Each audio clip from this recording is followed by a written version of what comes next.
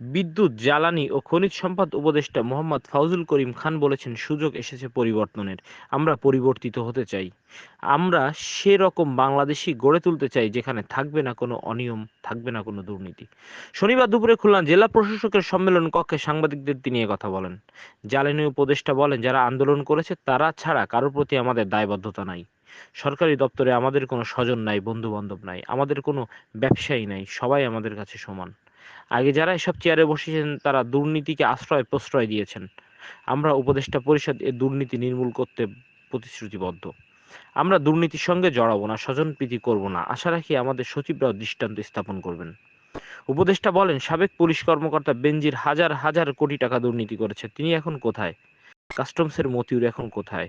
সজীব শাহ কামাল এখন কোথায়? সেজন্য আমি বলবো, স্বাধীনতার পর যে সুযোগ এসেছে এই সুযোগকে কাজে লাগাতে হবে। এর আগে উপদেষ্টা বিদ্যুৎ, জ্বালানি ও খনিজ সম্পদ মন্ত্রণালয়, সড়ক পরিবহন ও সেতু মন্ত্রণালয়, রেলপথ মন্ত্রণালয়ের বিভাগীয় কর্মকর্তা এবং স্থানীয় সুশীল সমাজ, ছাত্র সমন্বয়ক ও প্রতিনিধিত্বকারী ব্যক্তিবর্গের সঙ্গে মত বিনিময় করেন। আমরা আসলে প্রশাসনকে সহযোগিতা করতে চাই। আমরা প্রশাসনের সাথে মিলে আমরা তাদের নামের তালিকা আমরা আমরা প্রশাসনকে দিতে চাই এবং আমরা চাই প্রশাসন এ ব্যাপারে আমাদেরকে সহযোগিতা করুক এবং এলাকার শান্তি শৃঙ্খলা ফিরিয়ে আনার জন্য প্রশাসন কাজ করুক। আমরা প্রশাসনকে সহযোগিতা করব। পাচ্ছে না এ ব্যাপারে আমরা ছাত্র সমাজ, আমরা ছাত্র জনতা, আমরা আপনাদেরকে সহযোগিতা করতে চাই। মাননীয় উপদেষ্টা, এই বিষয়টা আমি আপনাকে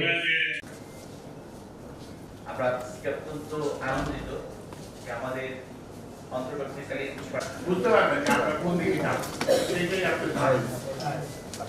বিদ্যুৎ খাতে, জ্বালানি খাতে দুর্নীতির কথা সবাই বলছেন, সেটা আমরা উন্মুক্ত প্রতিযোগিতার মাধ্যমে কিনব। আমরা পুনর্গঠন করতেছি।